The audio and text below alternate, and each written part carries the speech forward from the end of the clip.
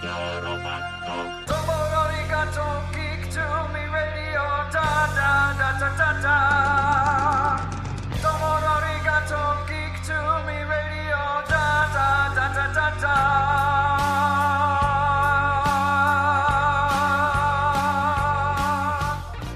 Welcome, geeks and nerds, girls and boys, to a brand new episode of Geek to Me Radio. Tonight, we are talking with teacher, filmmaker, writer, Ann Nocenti, all about her career. We'll get into her Daredevil run, the stuff she's done for Marvel, other books as well, and some of her interesting interviews she's done with filmmakers. All that and more. Stand by.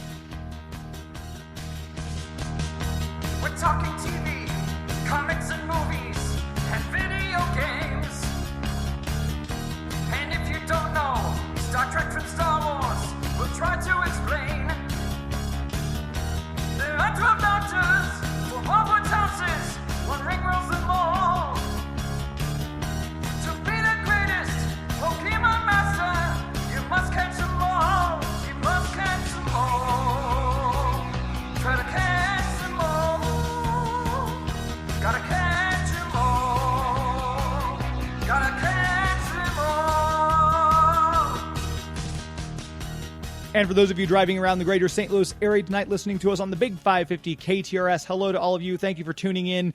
No video tonight because actually I'm not really here in the studio. This is pre-recorded. It is a brand new show because, as you know, I'm not going to leave you with a repeat or a best of. This is a brand new show that I'm bringing you. It's been a long week, long weekend, and this is a pre-recorded interview that I am very pleased to bring you. Ann Nocenti had an incredible run on Daredevil. Daredevil is one of those books that I got into later as I was reading more Marvel, and I love the character.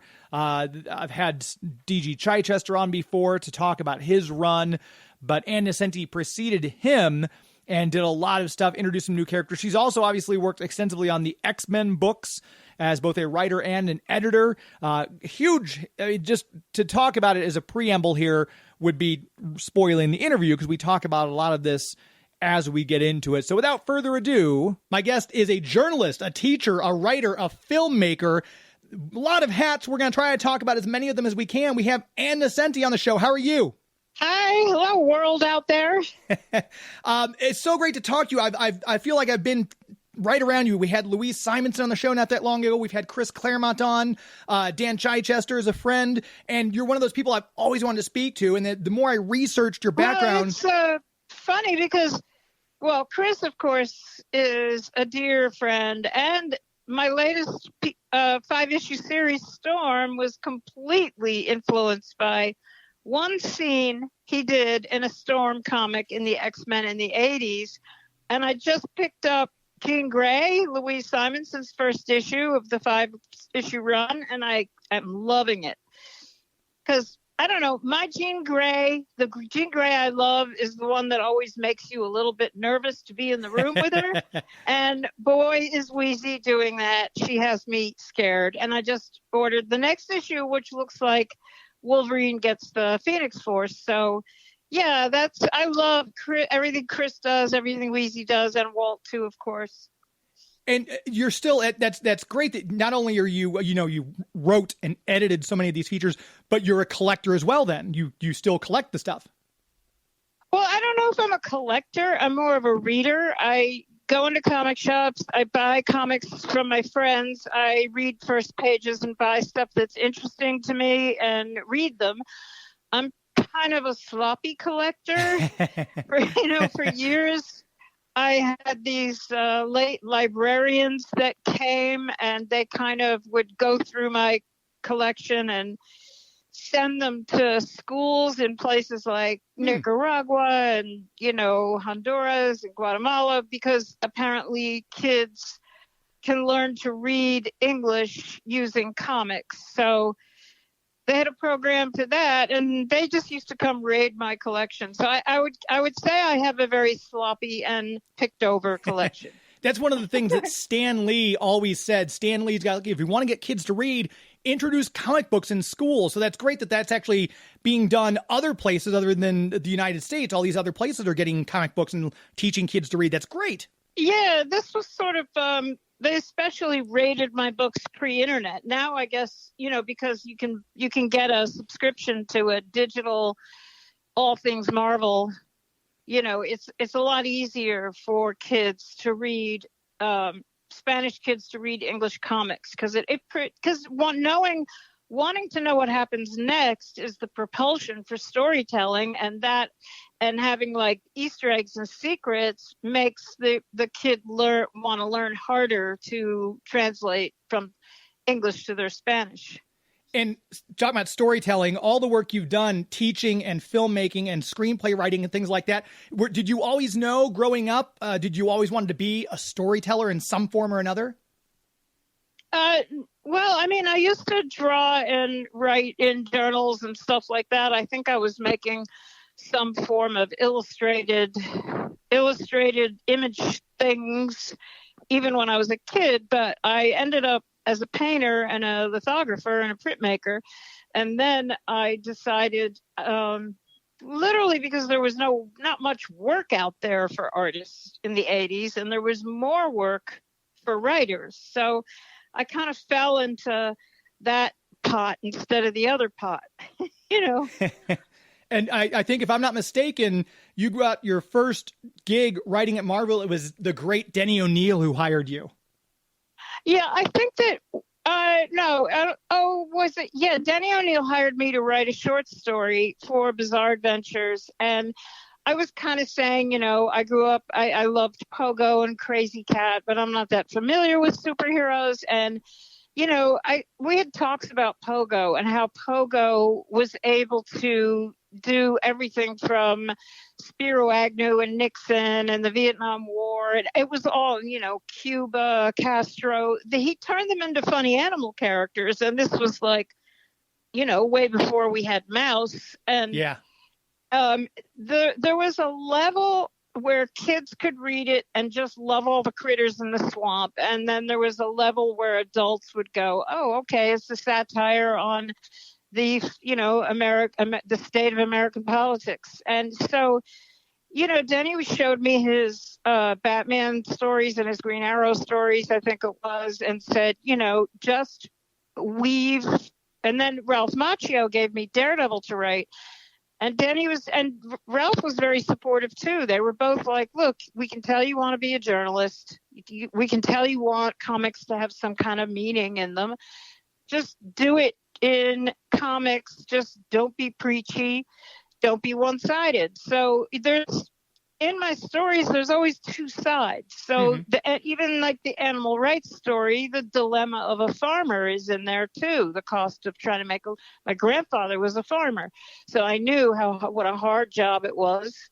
And I knew how little money was to be made in farming, because that was, when he was a farmer, it was kind of the tail end of the great American farmer being able to make a living. And the rise of factory farms. So, you just have to make sure, if you're going to put an ideal, a social justice, they call it now, idea in a comic, you have to show all the angles. And Daredevil was brilliantly written that way, though, because you had a arc on Daredevil. I think it was for almost 4+ years, which I'm trying to think, maybe Peter David had a slightly longer run on the Hulk, but that's such a long time. You introduced so many characters, and you did tell so many, I don't want to say street level stories, because Daredevil's a street level character, but such grounded stories, I guess, in that had to have been very rewarding, I would think. Yeah, well, it was also John Romita Jr., because John Romita Jr. was in the office a lot. He lived, I think, on Long Island, but his dad was, John Romita Sr., who sadly we just lost, was he handled Romita Raiders, and Virginia Romita kept all our books on time. So they were like, along with Walt and Weezy, they were like one of the families of Marvel. And so John Sr. taught me how to go over layouts, along with Al Milgram and a couple others taught me how to go up. But John Sr. especially talked to me about the dilemma of, back then, most covers had to have two figures fighting. And that's a side view. It's really hard to have a dynamic cover with two figures fighting without having one person have their back to the camera. So John would go over covers and, would cover sketches with me in order to make a dynamic cover. And Virginia kept all our books on time. I think before Virginia Ramita came in as the traffic manager, the Marvel Comics regularly missed shipping. So it was the whole family was like drenched in talent. And so Johnny and I, we would just, whatever we saw in New York went to the comic. And, whether it was, we would talk about Bushwhacker, Bullet, Typhoid Mary. He designed Typhoid Mary based on an outfit a girlfriend of his was wearing. He came in one day and he was like, drew a sketch of a guy he just saw on the street, and he said, I want this guy in a comic, and I want him to be called Shotgun. So that went right in. And so pretty much, it's a lot of it was just me and Johnny, two New Yorkers who were keeping our eyes open, picking up what we could see in the streets and eavesdropping a lot, and trying to make a comic that really felt like it came out of Hell's Kitchen. So, we had a blast. I had a blast working with Johnny.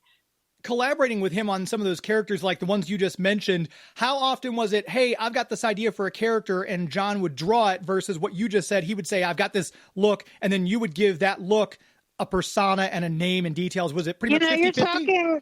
You're talking 35 years ago, so I can't really remember. It can't be that long ago. The 1990s was only 10 years ago. Oh, yeah, right. So, no, I remember Shotgun and coming in with Shotgun, but also a lot of it was like, you'd throw a lot of ideas at your artist, and Johnny would throw a lot of, artists throw a lot of ideas at the writer, and you just see what sticks. Like, if you say something like Typhoid Mary, he just got it. He designed it based on someone he knew. He nailed it. And, the other thing was Mephisto. We wanted to take Daredevil to hell. And Johnny said, I want to redesign Mephisto, because Mephisto was basically looked like the superhero in a red spandex suit, Yeah. And he wanted to redesign him and make him have these tentacles that were like how the devil has his fingers and everything. And Johnny, that he redesigned Mephisto in a way that made him so much more understandable, because he's got all these tentacles and he's got these feelers out everywhere, and he's always morphing and he's always changing what he looks like. And to me, that's a better, devil figure than a guy that looks like a human. Yeah. With red skin. So that's my old work. But my new work is basically, like I was saying, the Storm, Mark and Drew, who are editors of X-Men Legends, they just called me up one day and said, we want to do a Punk Storm, series. And, I think I was Wheezy's assistant when Paul Smith just drew this sketch of Punk Storm, because they wanted to change her look. They thought it was time to change her look. And I think Paul rode a motorcycle and he liked leathers, and so it was sort of like, I said, sure, I like that, I like that look. And they sent me a couple issues, and in the 2 issues they sent me, one was 2 things were happening in one of the issues. Rogue joined the X-Men. Now, Rogue is an evil mutant, self-called evil mutant. And they let her into their mix. And at the same time, Storm changed her look and really upset Kitty. Yes. So it was this dynamic that was so powerful, because it was our mutants a little bit good and a little bit bad. The team, they're young. The Kitty always would remind us of how young the mutants were. And so it felt like a perfect dynamic to explore how Punk is Storm.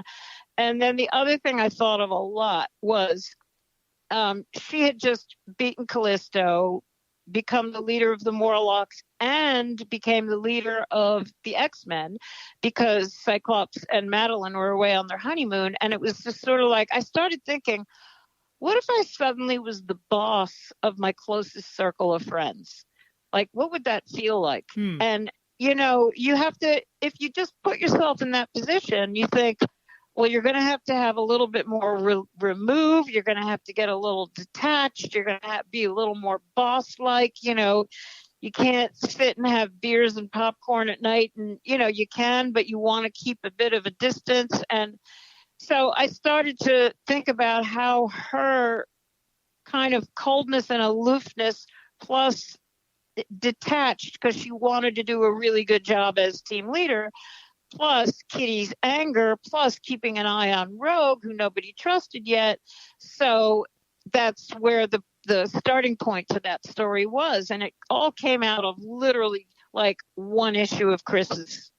Because Chris's stories were so good, but they also he would have a billion ideas and he'd leave a lot of loose threads hanging. And it's very rich era to pick up on a moment and say, you know what, that could be explored further. And, you know, I don't know how much of a market there is for people who want to read stories that go back 35 years in time. But I guess it's an experiment that Marvel's doing, and I'm happy to, you know, go along with it because it gets very rich in character because Storm now is a supreme evolved creature. Yeah. Storm back then was still struggling. Should I be in Africa? Do I have magic powers? Am I a witch? You know, who do I love? You know, she had so many like inner turmoil that you would have because back then they would have been, even though I think the Marvel timeline is you age a year for every 10 years. Something like that. She would have been like 19 back then. Yeah. You know, and maybe now she's 23, you know, or however old she is. But, you know, so you get a chance, you get a chance to write these highly evolved characters, but back when they were confused, didn't know who they were yet, you know, where do my powers come from? Is it magic? I have witches in my history. You know, is this witchery that I have? You know, why can I control the weather? Why does it not work sometimes? You know, so that was a really fun thing to do. And then layer on that the sort of fun soap opera of Kitty being mad and Kitty's in a relationship with an older guy. You know, Colossus would have been older and. You know, I tried to keep that very, very PG-13 because, you know, in hindsight, would a 13-year-old really have been with an 18-year-old? That's kind of a big gap for that age group. So we played it. And I think Sid Kotian did this great thing where he just sort of the love scene between them with the mermaids at the amusement park, he drenched it in this kind of like adolescent aura that really captured, okay, this is a crush. This isn't, they might not be lovers. You know, this is a young girl crush. So, you know, I love what Sid Kotian did with that. And then when the series switched to Geraldo Borges, and he started looking at photos of like Iggy Pop and a lot of her fight scenes, he has her leaping like someone like, you know, Johnny Rotten or Sid Vicious or, you know, would leap off a stage. He really captured that kind of like punk performance energy, which I thought was really, really great. And I love how you said not too many breaths ago that it was 35 years ago. It's hard to remember, but then you distinctly listed off the 35-year history of Storm, Kitty Pryde. That was brilliant. I can barely remember what I had for breakfast yesterday, and you just gave us like a definitive rundown of Storm's entire character arc for the past 3 decades. That was amazing. We're going to take a quick break. We'll come right back, getting the answer of how she researches the characters before she starts writing them. You're listening to Geek to Me Radio on the Big 550 KTRS. Please stand by.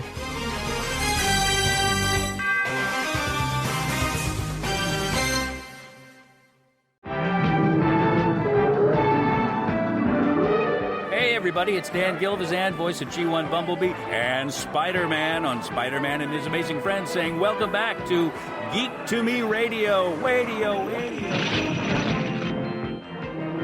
Welcome back to Geek to Me Radio, a pre-recorded interview. If you're looking for the video, Joey V's not in the studio because I'm not in the studio.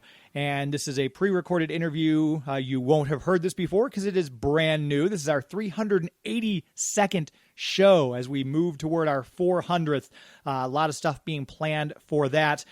Speaking of planning, hopefully you got out and planned this past month to go see Legends and Lanterns. This was our last weekend of it. Hopefully you got out for Pumpkin Glow and had a good time out there in St. Charles.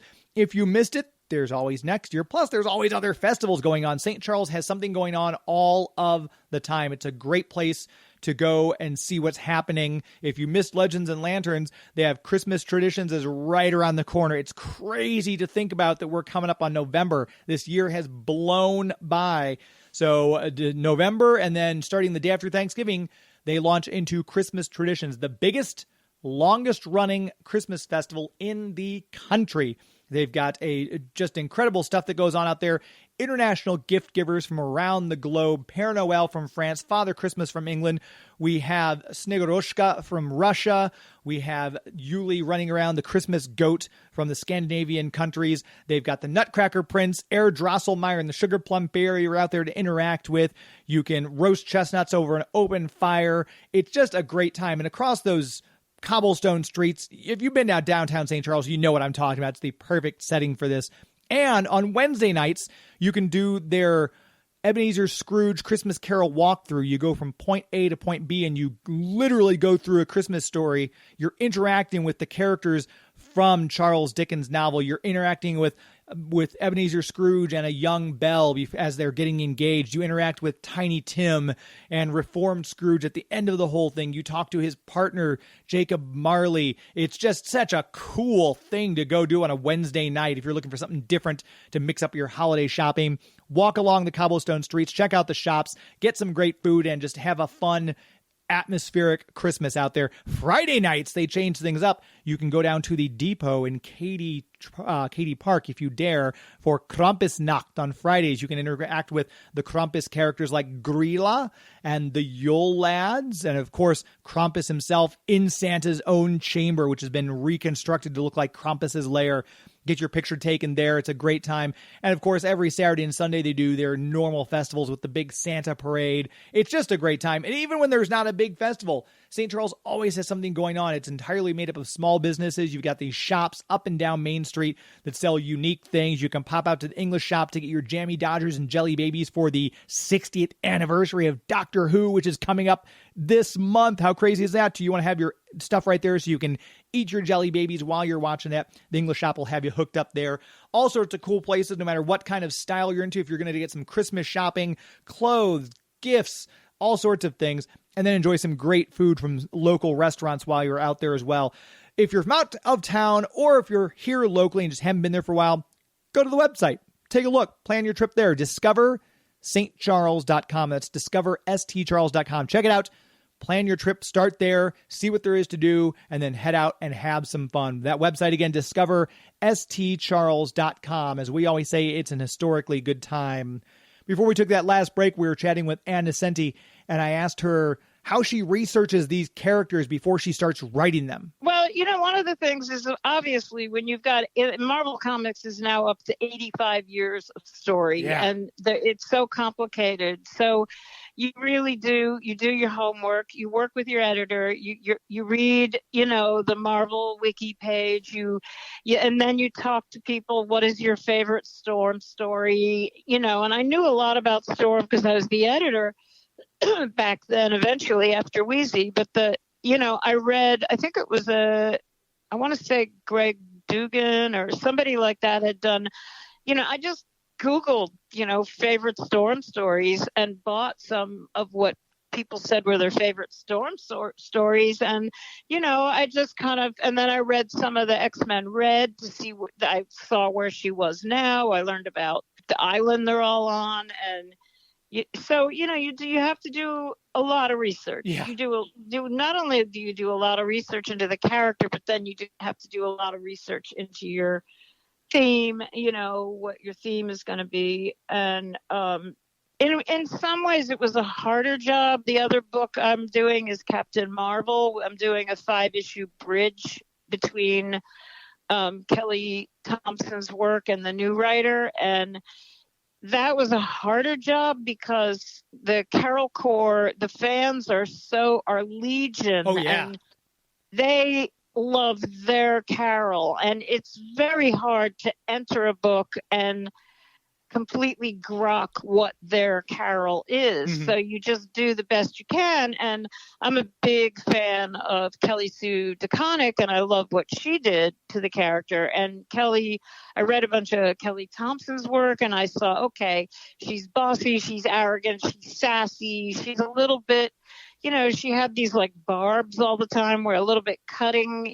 like she almost has one of those relationships with her girlfriends where they're always kind of like making fun of each other in ways that are almost hurtful, So which is really fun, because that's what good friends do. They're always digging on each other in a fun way. So I was able to sort of mold it from what I saw come before, and then do a big space epic, of course.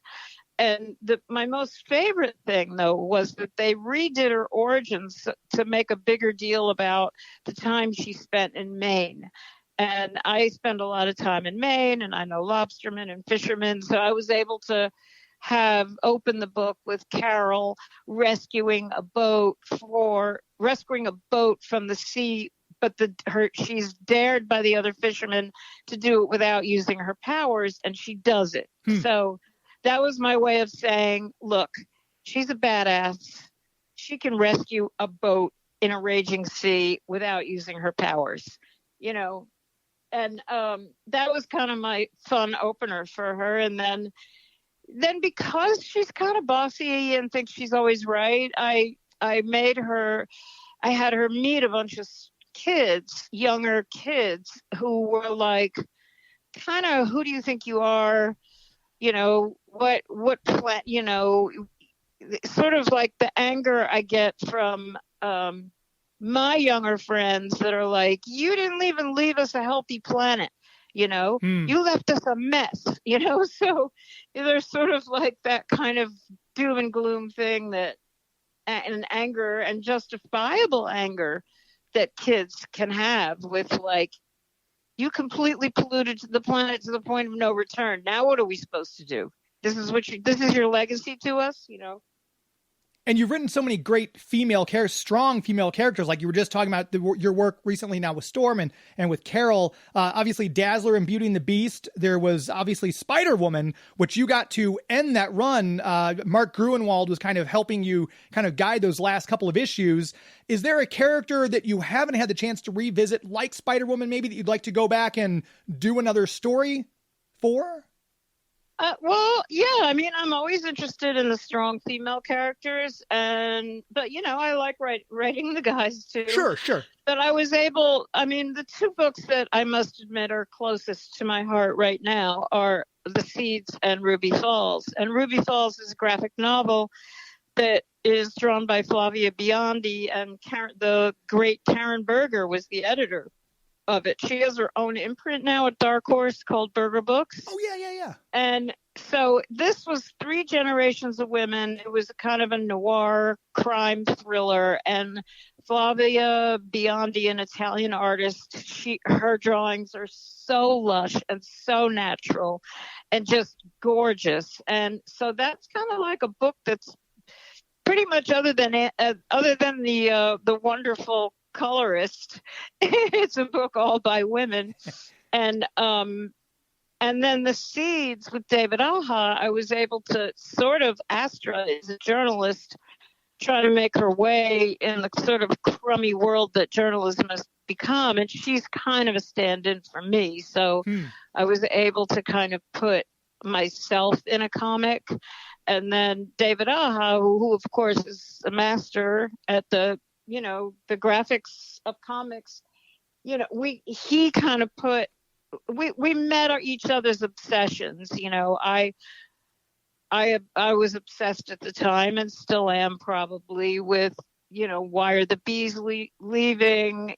Is tech become something that is making life worse instead of better? And what is going on with journalism these days? And so we were able to and then plus there's aliens, and then there's an affair, and then there's an alien human baby, so we also get to do lots of fun stuff. And so those two books are really the two books that I'm the most proud of. And they're like, because it's, when you're writing a superhero story, you always feel like you're hanging yourself on the superhero or hiding behind the superhero, but when you do a graphic novel that has no, IP owned superhero IP attached to it, you're really being yourself. And those two books probably come the closest to who I actually am, so whereas when you're writing a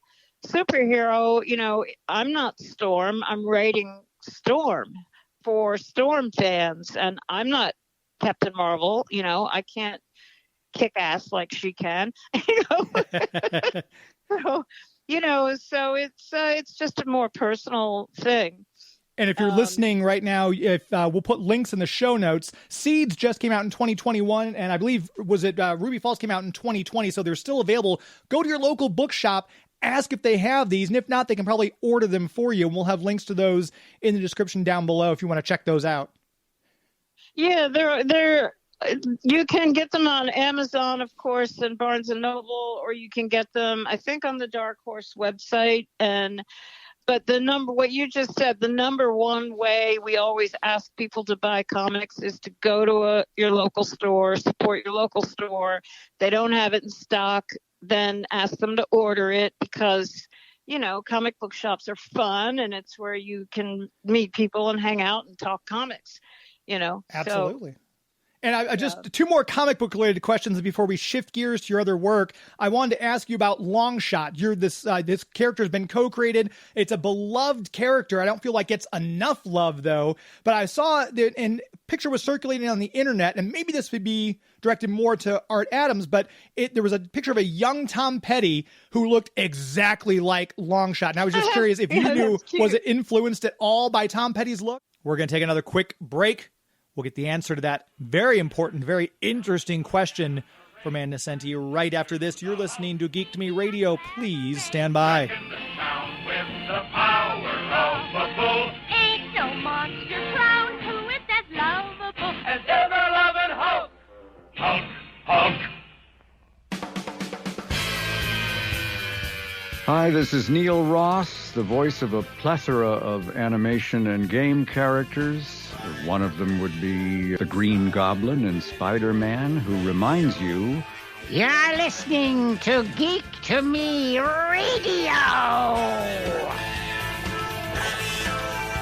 Welcome back to Geek to Me Radio. I'm your host, James Enstall. Geek to Me Radio heard here on the Big 550 KTRS every Sunday night at 9 o'clock, 10 o'clock Eastern, 7 p.m. Pacific. For those of you who are listening out there in the world, I appreciate you finding us. And please, if you haven't already, go to youtube.com/Geek2Me Radio. Find us on YouTube, Geek to Me Radio. Subscribe. I'm trying to get to 1,000 subscribers.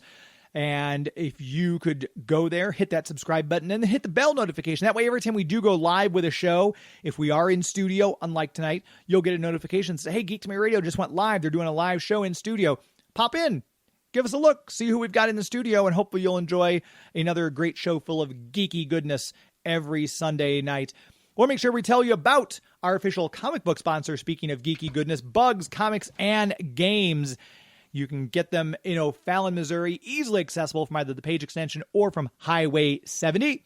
Go out there and see Larry. If you are new to the hobby, maybe you're seeing all these comic book movies and TV shows, and you're like, I'm not sure where all this is coming from, but I kind of want to learn more.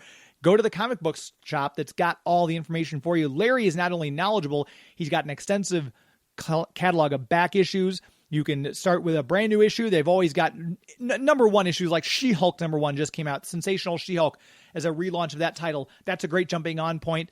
but he'll be able to tell you, okay, like Spider-Man, here's what you might like.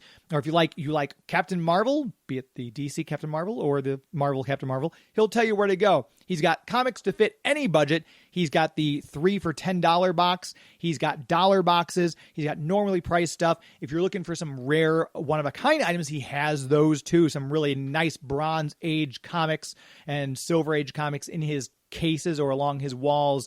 Go check him out. If you're looking to sell, maybe you're not, you know what? I don't have anyone to leave these to. I want to pass these on to someone who will enjoy them, so I might as well sell them. Maybe you want to finance a vacation. You got a huge comic book collection. Go see Larry at Bugs Comics and Games. He'll give you the best price in town for your stuff, and you know it's going to be taken in by someone who is going to appreciate them and pick them up and add them to their collection. And as he quickly turns these comic books over, that's one of the things I love going out there because A, he's got back issues. B, he always has new back issues every time I go out there. He's like, yeah, someone brought in a collection. So I'm going through, I'm like, oh my gosh, I love this. So I'm filling up my comic book collection as well.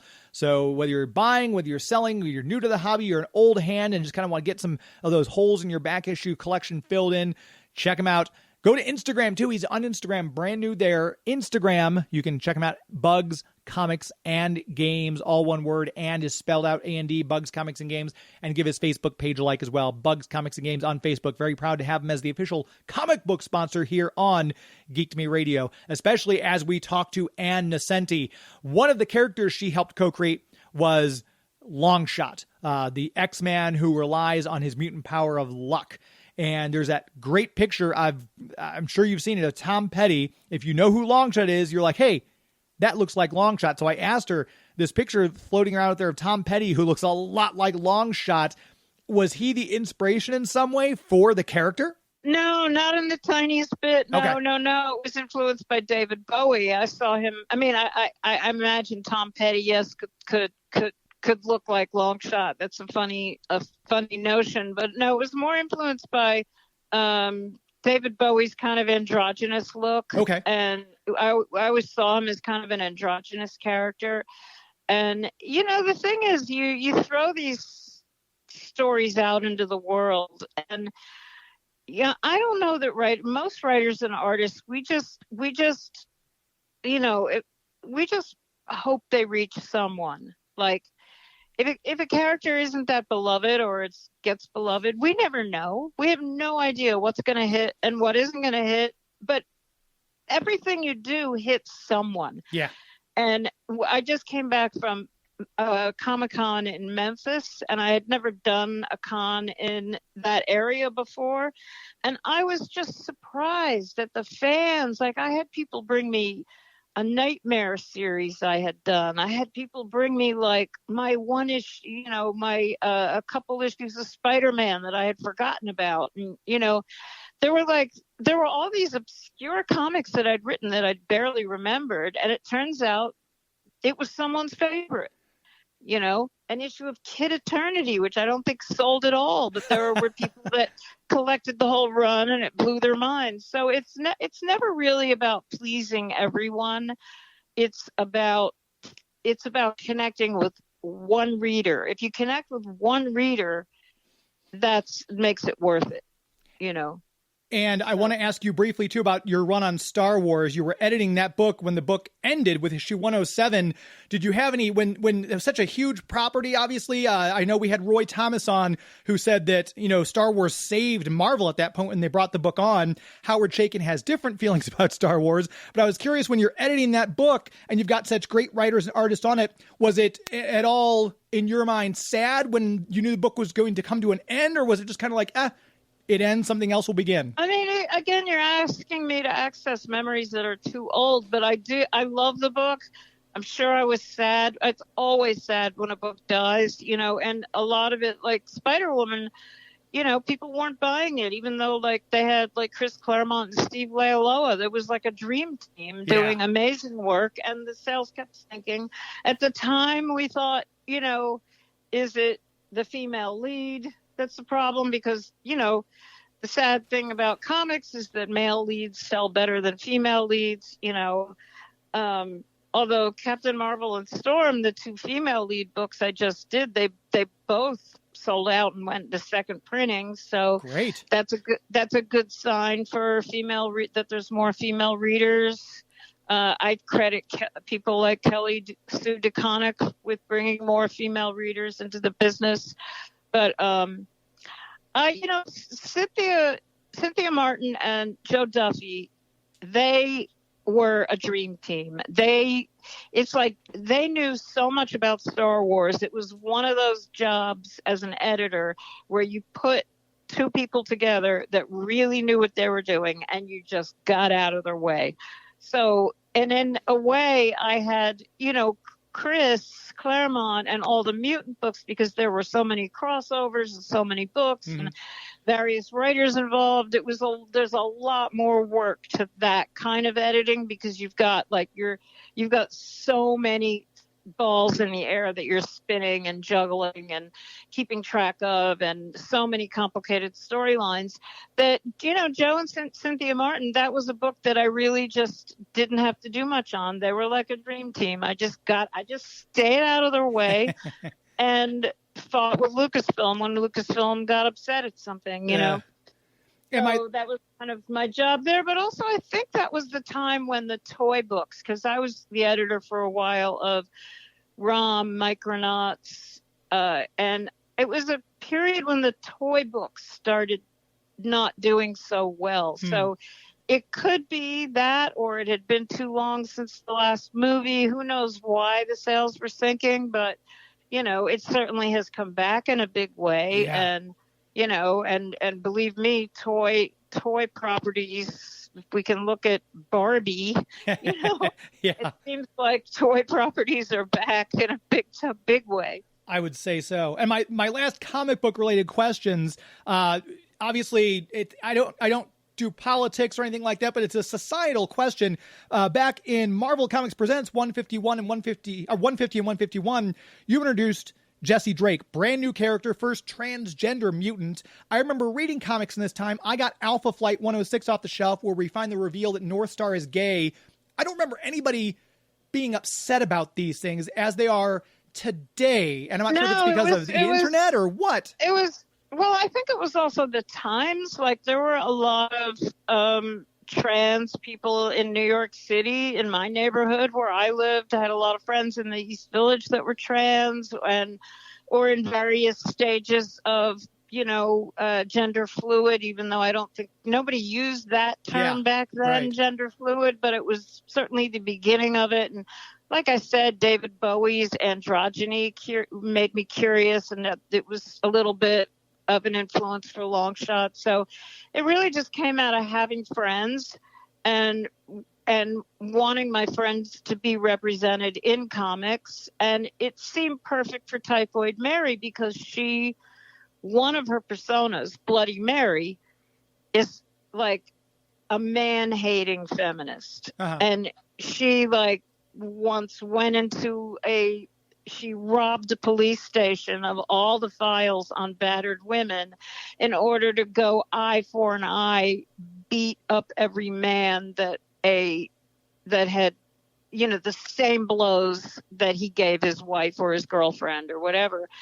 So I don't know, nobody, these stories were nobody gave me any blowback for doing what would be considered too transgressive today. And so Jesse Drake, who, knew she was a girl, from the moment she was, could think, was a girl.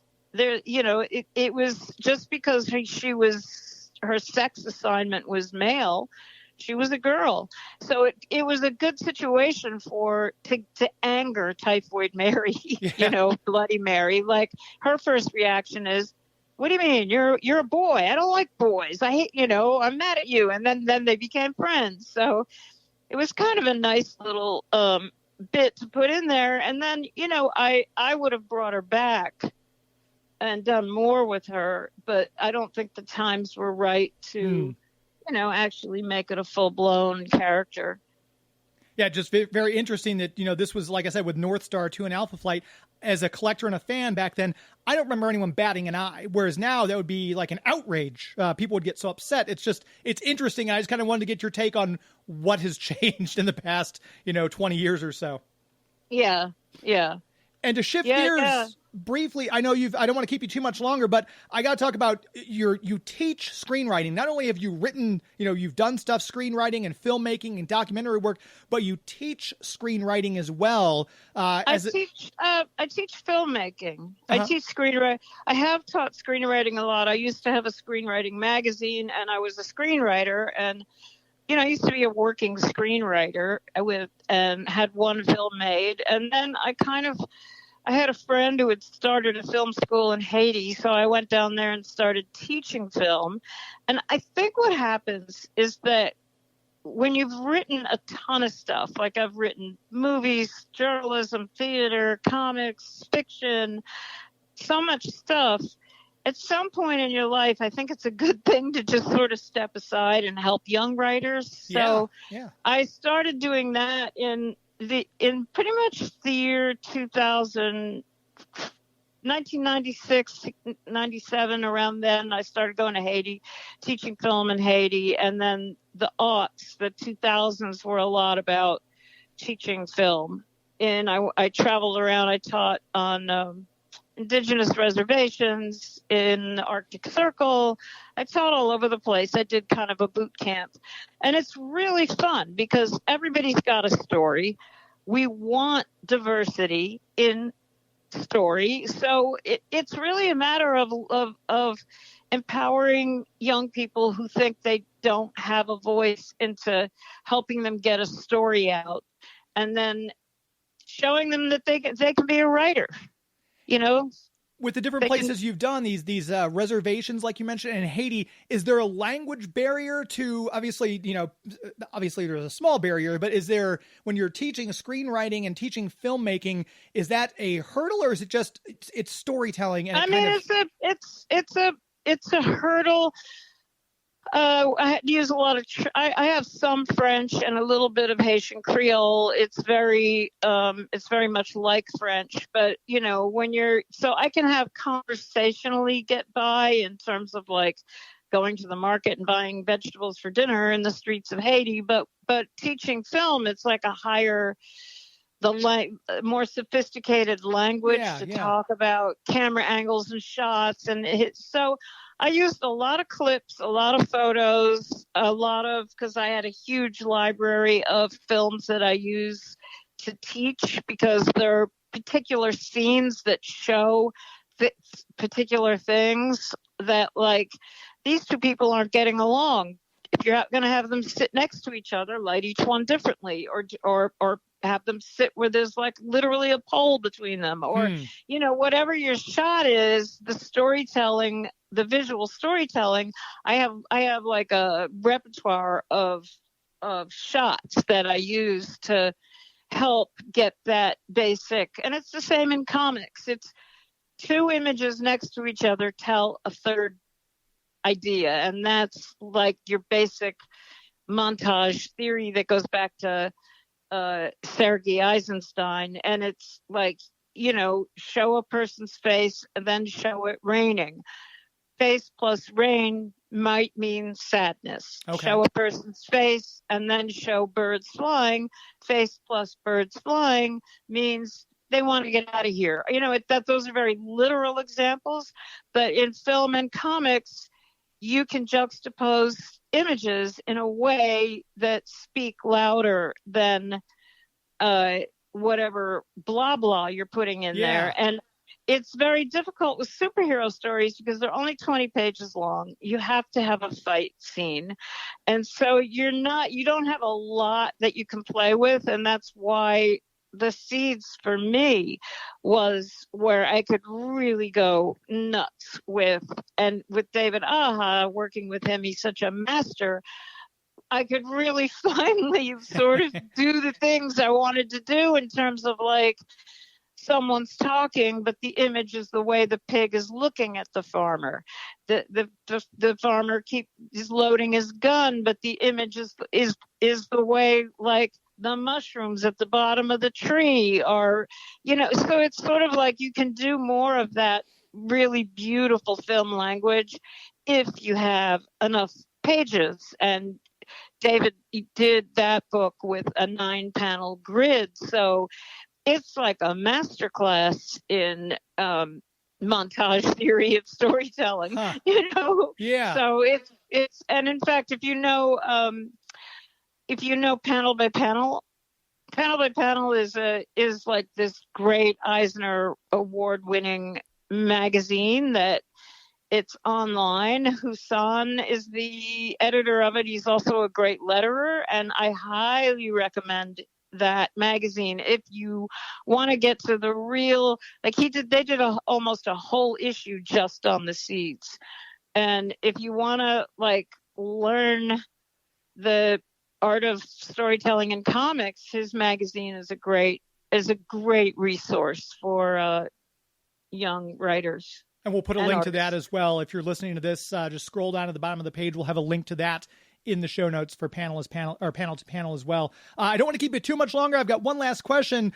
As the editor of Scenario Magazine, you got to interview a lot of great filmmakers. Steven Soderbergh, you got to Chris Nolan, Mel Brooks, Francis Ford Coppola. What was your favorite interview that you personally ever got to do with whoever it might have been? I mean, you know, they were all great. I mean, I had fun with everyone, and I learned from everyone. It's probably Francis Coppola was the one who I really learned the most from. He had a 30-year career by the time I got to interview him, and so I read 30 years worth of interviews, and then I went to visit him at his vineyard, and I walked in and I was interviewing him about The Conversation, and I walked in and I said, "Oh my God, I'm so nervous. I know everything about you and you know nothing about me." And he said, "Well, that's the key to the film, The Conversation we're about to talk about." And, you know, it just went from there. And he even gave, that was right before we started the school in Haiti. So he even gave us some seed money to help us buy the first cameras for that school. And when you meet someone like Francis Ford Coppola, he's so prescient.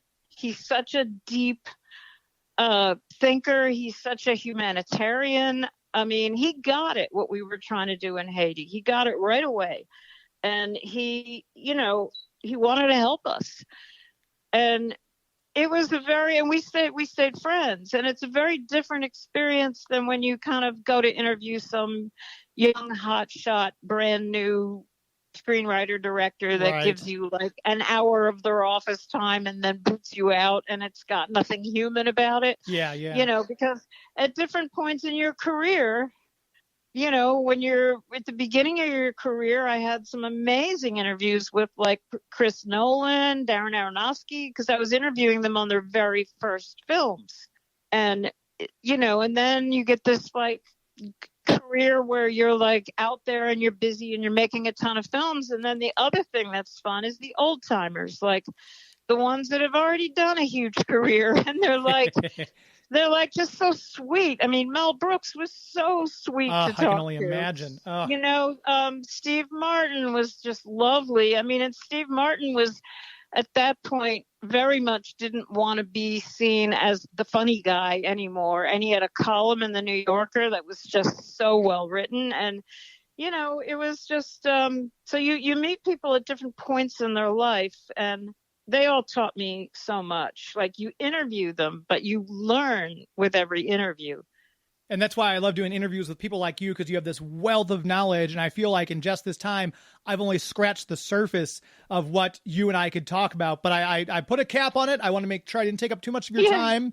Thank you. For those of you listening, check out AnnieNocenti.com. That's her website. Really cool. And you can see all the other stuff that we didn't get to talk about, like producing, consulting, and writing narratives for museum projects like Magic City and other stuff like that. So much we could talk about. Hopefully down the road, we can have you back on again if you're up for it. Yeah, sure. Yeah. Thank you. Thank you. And have a great day. You too. Thanks so much. And that's going to do it. Another show in the books. My thanks to Ann Nocenti for her time. Great to talk to her. Hopefully I'll get to meet her one day, because I've got a ton of comics I'd love for her to sign, as well as some posters as well. But such a great person, and hopefully we can get her back on the show at another time, hopefully live on the radio. That'd be great. My thanks also to Kokomo Toys in Kokomo, Indiana, our toy partner.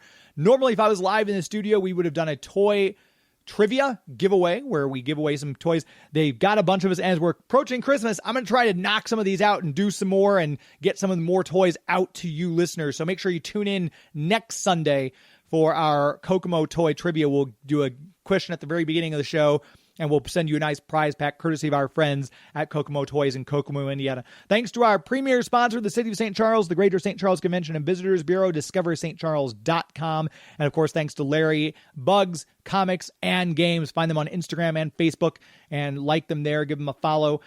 We appreciate all the support. The show would not be possible without the support of our sponsors, so please go support them. And thank you, as always, to Joey V for making this show sound as good as it does. He put all this together. I just sent him the pieces. So if you're listening to this right now, Joey V is the main guy to thank for how good this sounds.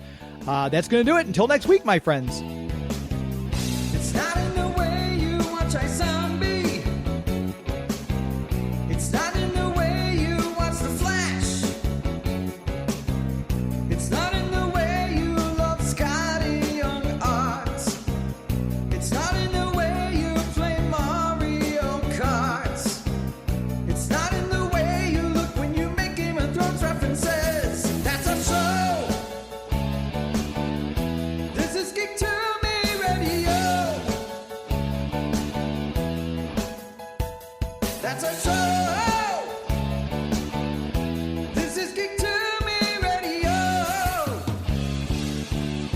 Thank you, Mojo World. Good night. Hey kids, are your parents about to buy you a shiny new toy from Amazon? Hi, I'm Chucky. Wanna play? Well, don't be selfish. Share some of that money with us. Before going on Amazon, make sure to type in bit.ly/geek2me in the web browser. It will look just like Amazon.com, except it'll say referral Geek to Me Radio up top. And then when you check out, a tiny percentage will go to support the show without costing you 1 cent more. So before your parents get you that gizmo, gadget, or widget, make sure they type in bit.ly/geek2me in the web browser. Bit.ly/geek2me. Bit.ly/geek2me.